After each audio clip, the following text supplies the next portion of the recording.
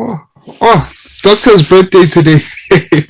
All right. Yeah, so you're recording it? Yeah. Yeah, now it's just started. You just gave me a message saying you're recording it. Oh, welcome to Sports Talk with Kifu, and I'm your host, Kifu and Jabulora Mashangu. And today we've got a very absolutely special guest. We've got Morgan Gould, former player of the year in 2010. He's done a lot. I'm so happy to actually finally have him because there are really some questions that I'd really like to ask him. And like, I've brought you guys MMA champions. I've brought you guys boxing. Like, I've brought you guys everything. Now it's time to bring it back home and focus on football, which is my first love and what I started with. Morning, Gould, how are you? I'm good. Yourself? Thank you for affording me the opportunity or squeezing me in your tight schedule, as you said. You brought the people, everybody that they've been yearning for. Finally, I get the cut. I get the call to say, "Let me be interviewed by you." I'm humbled. I'm humbled to be taken on or interviewed by you. Thank you. So how was your upbringing growing up? Life at home? General one, man. General one where everything is. It's been okay, man. Boy from Soweto. Excuse me. Grew up. Been brought up by two absolutely phenomenal ladies, which is my grandmother. That obviously was pretty rough because I come from a neighborhood called Noor Khasef, which is just on the outskirts of Soweto. So I think it's like any other youngster that grows up in Soweto, same challenges. It's just different generations. There's always the bad things and the good things, but I think we had the fortunately or unfortunately we didn't have the PlayStations, PlayStations and all the other gaming consoles that are out right now. We were always on the street trying to play soccer, run around, climbing trees and stuff like that. So yeah. So have you ever been mugged before?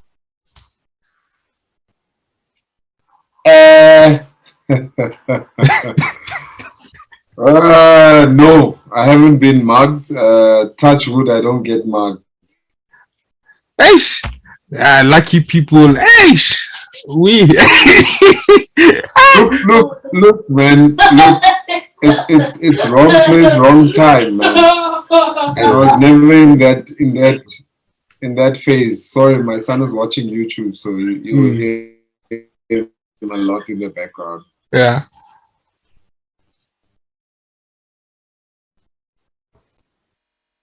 No, you can carry on. Oh, yeah. So wrong place, wrong time. I was never in the streets a lot. So, fortunately, I had that upbringing where my mom and my grandmom didn't want me to be in the streets. So, look, it saved me from being mugged. It saved me from being doing the wrong things. Yeah. Yeah, like my mother used to tell me, you see, when the Apollo goes on, your ass better be in the house. You're very lucky. You had the privilege of when the Apollo light goes on. I had you ain't going anywhere.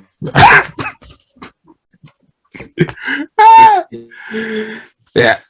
It gets locked way before the Apollo light goes on, So I was brought up very strictly, or let me say it was a very strict environment, but I actually look back and I thank the two ladies in my life that did that for me, because now I am because of them. I am a person that I am today because of their firm hand. So look, man, it worked out well, and hopefully I can pass it on to the next generation that obviously would be my own kids. So, your love for football, where does that come from? Because you're raised by in a family of by women, so usually there's usually like a father that, or a brother or an older brother or even a cousin that would introduce you to football, and then you guys would bond over that. So where did your love of football come from? Look, if to be honest, because I was never really, I think the bug just bit me all when I was much older in my life. There's not really anybody that really drew me closer to the game. My dad was a former footballer, so I think it's within my genes to be athletic, to be in that, how can I say, the blood of an athlete runs through my veins. So that's the person that obviously, not first love, but first, that's your first point of reference where you go to. It's your genes. So if being Kabi, that's the first thing you want to be. That's the first thing that runs down your veins. So for me, it was football. And I think I grabbed onto it very late, but I mean, and the rest is probably history, because I then go on to fortunately and lucky enough, I got an opportunity to play football at the highest level in South Africa, and yeah. So to answer your question, there was no really a bond of some sort, or makelwane, or whatever. You know, it was just more of in my genes, in, you know. What team did your father play for, if I may ask? Well, I did the full circle. He played for Kaiser Chiefs. He had a stint at Jomo Cosmos, and then he went to Uruguay. So I think when I say I did the full circle, he played there, and then obviously later in the next generation, I happened to also don the colors of Kaiser Chiefs. So for me, it's history in one way or the other. That's nice. I did the full circle. Yeah, and that's great, because for me, my uncles actually played. Okay, both my uncles played against each other. There was a time one played for Swallows, and then the other one was playing for Chiefs. So strangely enough, everything is actually full circle, because yeah, actually, so I can relate. Not circle. I think, yeah, if the same generation plays, well, not the same generation, but if two generations play in same team or in a professional setup, that means it's a full circle of them being athletes in that environment. Yep. Yeah, both my uncles just played football, and one played for like plus 10 years. The other one kind of moved around, so it was a journeyman. And the one that played for Chiefs, the one that played for Swallows stayed there for, I don't know, 10 plus years. Oh, man, it's not easy playing for such a big institution for a number of years, man. I take off my hat to a lot of players that are currently doing that, you know, like the likes of Bernard, the likes of Shava, who else? Itu's actually, he's in it for the long haul, you know. So my head goes off to them, and it's not easy. You either succumb to the pressure, or you or you fall by the wayside, depending on obviously the achievements and obviously the accolades that you want to achieve in your life as a footballer. Do you want to be at one place and be all comfortable, or do you want to be another place where you challenge yourself and see how far and how far long you can come on with the sport on its own? When you looked at the Kaizer Chiefs defense when you left, did you think that you were better than some of the people that were still there when you left? You were like, nah, I'm still better than this. I still have more. Did you have that moment when you left? I still had more, but obviously you had to you went back to SuperSport. Look, that remains to be. Let the people do that, man. I'm not one to gloat. I'm not one to say, I was better or I was worse. There's always someone better than you out there. There's always someone that's in a worse situation that you are. So I don't like judging or comparing myself to anybody else, because I did what I needed to do at the time, and the Almighty gave me the opportunity to do what I did. Written on a scroll, as they say, as the elderly people say, it's written on a scroll. Your life could be played out as this. So I can't say, yeah, I was better or I was worse. That's for the people to judge, man. I think I came to a point where I got the opportunity to don the jersey of Kaizer Chiefs, SuperSport, Skukuni United, Stellenbosch United, you know, so and Stellenbosch FC. So yeah, I mean, yeah, most definitely the school of the Hard Knocks, Cosmos, where it all began for me. So I think for you just to wear a professional jersey or to be recognized professionally and get your contract, it's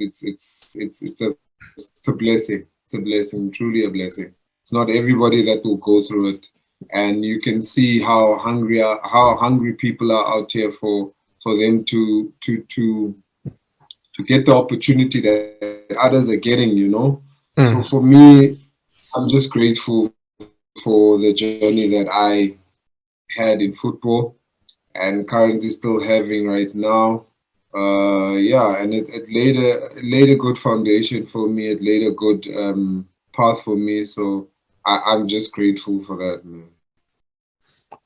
So what do you think about Jomo Cosmos going down? Like, how do you feel? How did that make you feel? They went, but now they down to I think it's ABC Motse, yeah, if I'm not mistaken, because they're out of the NFD right now. Yeah. How did that moment make you feel? Because that's your first club, that's your first professional club. It's painful. It's not about me. It's not about Jomo. It's not about anything else. How many people does that man employ? How many people has that man employed in his life? People just look at it, the football side. It's not just that. How much sacrifices has he made? He hasn't been around his family for years at end, man. It's for that institution to go down like that. It's not right. It's not good. It's painful. Imagine how the old man feels. Imagine how his kids feel. Imagine how the people that the background stuff, what are they going to do now, you know? So if we look at it football terms, yeah, it comes a point where there's relegation, promotion, but it's painful. All I can tell you, it's really, really painful. And it's not something people should really joke about, because this man has created, I don't know, he's created so many jobs for people. He's created me, my kids. When I look at my kids, I look at, and if it wasn't for what I was taught or the opportunity that I got, I don't think I would even have the life that I have right now. So it would be unfair for me to be selfish and say, yeah, but this and that and the other. He gave me what I have today. I'm the person that I am because the old man gave me opportunity. And I grabbed that opportunity and I ran. Good and well. But the opportunity, give it to anybody right now. They'll grab it and they'll run. I mean, I can, on my hand, I can mention 5 names that this old man has helped. And not just helped to any level, but helped to the greatest levels of the highest, Yeah. even playing in the in some of the top leagues in the world. So For, for me, the first name is Christopher Katongo. Every time I used to see Chris Katongo. Forget Christopher Katongo. Forget that. I'm going to the OGs of the game. Helman Mkelele, Fema Singer, Mark Fish, Hilton Jordan, Macbeth Sibaya. Look, that's all. I've given you 5. I haven't mentioned Benjamin Warawari. I haven't mentioned Russell Mufalirwa. I haven't mentioned Tiko Tiko Bukwane. Like, the list is endless and it's going. Now I'm talking about now it's Monares, the Lindan Tambos, who else? Like, the list is endless. Like, I can count Rinelo Lutolonyane, my man, the list is endless. Tikhang Mabalani. I think every generation that since Cosmos has been in professional football, there's always 3, 4, 5 Gladwin Chitolos. Like, the names are, it's just, and you can tell and see. Now I think you understand it a little bit better. How many players? Imagine if this man has to pull all the players out and say, you know, because the institution doesn't exist, these players are also non-existent and will disappear. So the players disappear. It would be a bummer for South African football. Yes, they're not the best, but if that had to happen, then what? Don't you think, because you said maybe it was written in the stars, those people would have found another way? Yes, but the opportunity, once again. Yes, you're right. It's written in the stars, but the opportunity wouldn't have taken.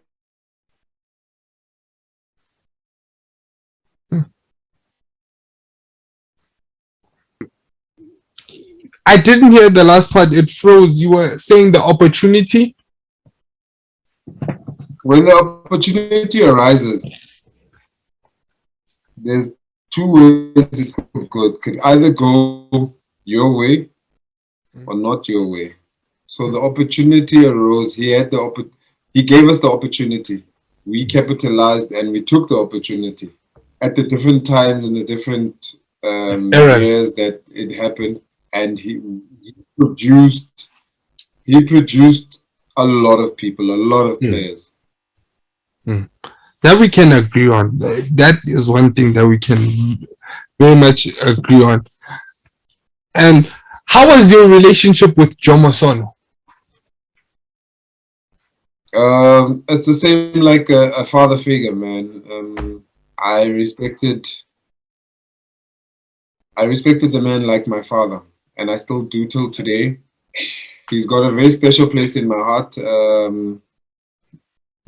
For 2 reasons. One, he brought me into an institution that was robust and ruthless. At the same time, he brought me closer as if we're part of his family, you know. Not just me, but a lot of players, or all the players that played there for him. Some may say whatever they say, good or bad, but the old man taught us that's a school of life. And if the school of life fails you, then that means you're a failure. So, with all the names that you no, but I'll come to that later. So you moved to Super Sport, right? You moved there when Gavin is there or when Pitso is there? I think Pitso was just leaving and Gavin was coming in. Yeah. Okay. Yeah. So with Gavin, how's your relationship with Gavin Hunt, and where would you rank him amongst the coaches that have coached you? Because Pitso says he's amazed that with all the achievements that Gavin has or has had, he doesn't have a club at the moment. To answer your question, which one do you want me to answer first? I said your relationship with Gavin, right? Where do you rank him amongst all your coaches? And then the next one is the Pitso one. Firstly, I've got a very good relationship with Gavin. He's the man that gave me another opportunity to take my football to the, and then Gavin comes in and says, listen, you've got the foundation, right? Let's see if it's gonna hold, the building can hold up. And then he gives me the second level. So me saying he gives me the second level, I've got nothing but respect for the man, because without his input in my football career, I wouldn't be here right now. He installed a lot of discipline, installed a lot of looking after myself, respecting my craft, and then being a go-getter. That's one thing people don't say. They like football. That's BS. Like, it's total BS. I mean, if he can achieve and identify in his era that this is the type of football that will win me games, cups, leagues, and you tell me that guy plays old school football where it's Skopskit and Donner, and like, where do you then, his intelligence and you saying I play boring football? Yeah, being boring sometimes is actually a formula for a winning combination. We don't understand that he could identify that all the other teams are tiki-taka, Brazilian type of football. Yeah, play the ball on the ground, play 388 passes, no goals. He got the concept. He was like, okay, let's make 4 passes, get into the box, cross the ball. It's opportunity. I think he came up with that. He studied the game. He knew the game. Let me say, rather say, he knew the game. He knew what he wanted. He knew the types of players that he needs to bring in, and that will fit into his philosophy and his way of playing. Don't get it wrong. We weren't just playing direct football. We were playing direct football with the end result. People were playing tiki-taka, but they didn't know the end result, what it was. Pitso then came back and he twisted it, and he gave it that tiki-taka, but at the end result, I want the end result. I want the end result.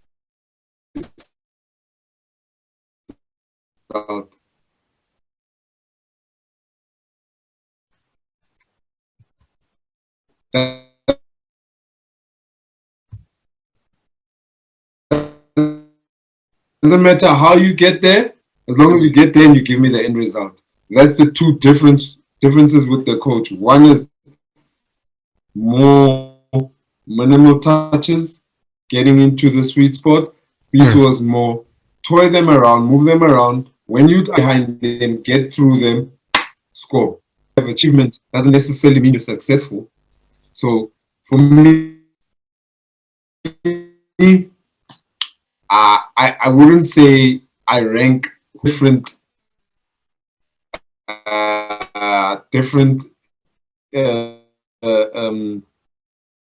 philosophies, different. They my time. 10 minutes remaining, brother. It just says you've got 10 minutes remaining on this Zoom. I'm back. Okay. Sorry about that. The connection. Okay. So okay. Now I've got like 2 questions that I'd really like to ask. Back in what's this? In 2012. Can you hear me? Yeah. Oh, yeah, but okay, your face is not showing, but yeah. Okay, let me ask you. In 2012, when you guys were in that were playing that final match in the qualifiers against Niger,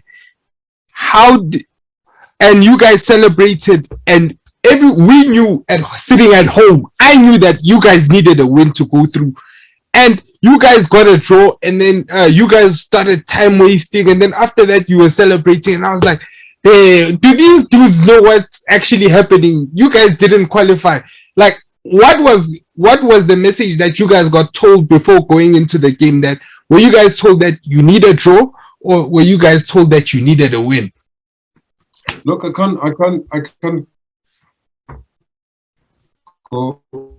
I can't remember exactly what it was, but to jubilation, my man. I mean, if you know you've qualified for something that's so prestigious, so mind blowing, everybody wants to be part of it. But something that's been played in on the continent where you play against the best in Africa, even the best in the world, because so they if you look at each and every league, there's always an African brother of ours that's donning the jersey of their respective clubs. So how did you guys feel when you? I think if you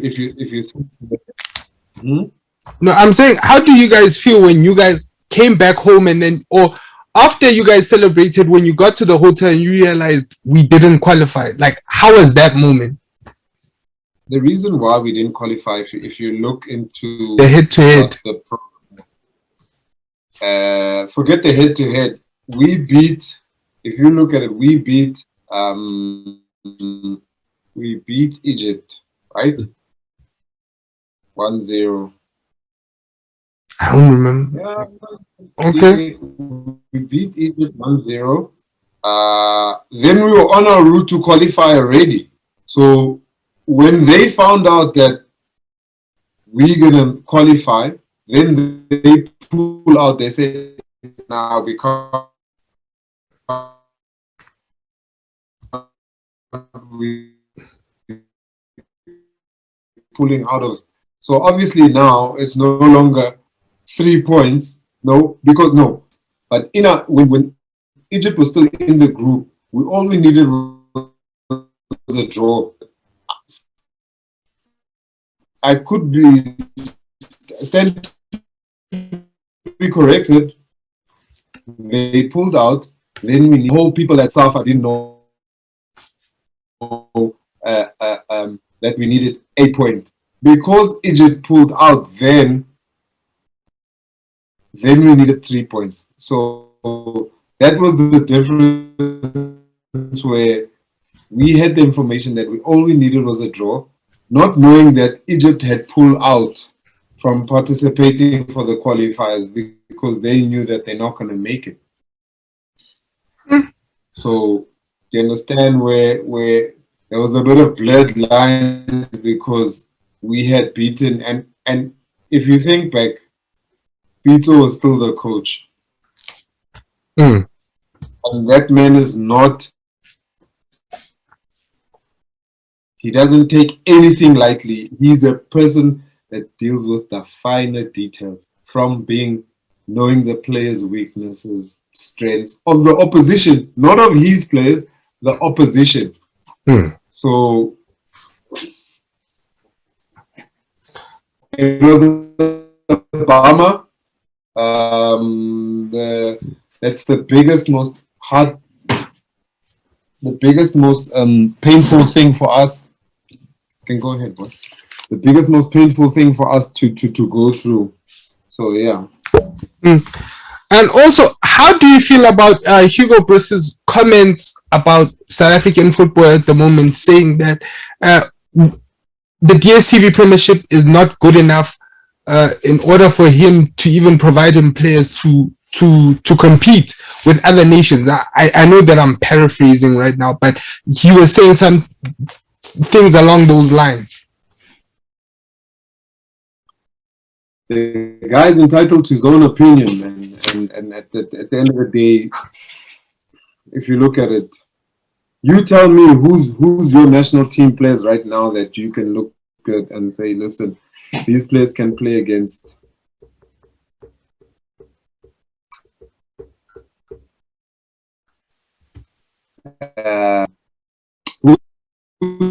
number one in Africa right now? Senegal. Yep. Get a team that now can match up Senegal right now. Take the national team that we currently have. Do we have players that will match up to them? To be honest with you, even when we were playing, it was pretty difficult because they had players playing overseas, playing at the highest level. Champions League, for them, Champions League was choking. Like it was a walk in the park for them because Champions League was back to back every year. Every team that they go to or any team that they play for plays Champions League, Europa League. You know, now there's the Conference League also. So you understand where we're at. You understand why Pitso cries to say, listen, the more teams we have in Champions League, the better for us. Even Hugo Bruce, I'm sure, is saying the more players that are playing overseas or the more players that are participating in CAF Champions League, CAF Confederations Cup, it's the better for the style of play, for the competitiveness at that level. Because when we were at the peak of our powers, almost no one was playing here in South Africa. Exactly. Given that also, it's not about you just playing abroad. It's about you competing at the highest level. And it goes to show in Africa, if you can compete in the CAF Champions League, you can go on and do well. Look at the Sundowns team. Look at Al Ahly. Look at Zamalek. Look at Wydad. All those teams are competing at the Club World Cup against the best of the best in the world. So, and they come back and they dominate the league. They dominate the Champions League. That's no fluke. That's no fluke, my brother.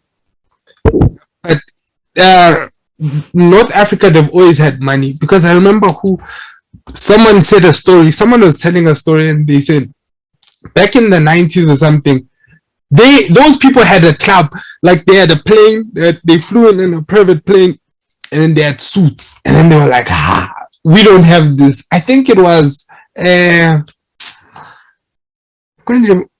Jerry Squasana. He's the one that said it. I think it was Jerry, if I'm not mistaken. It was like they've had professional setups for a long time, but Egypt also, they dominated with all of their players at one point just playing in Africa, most of them. Like you had your Mohamed Abu Trikas.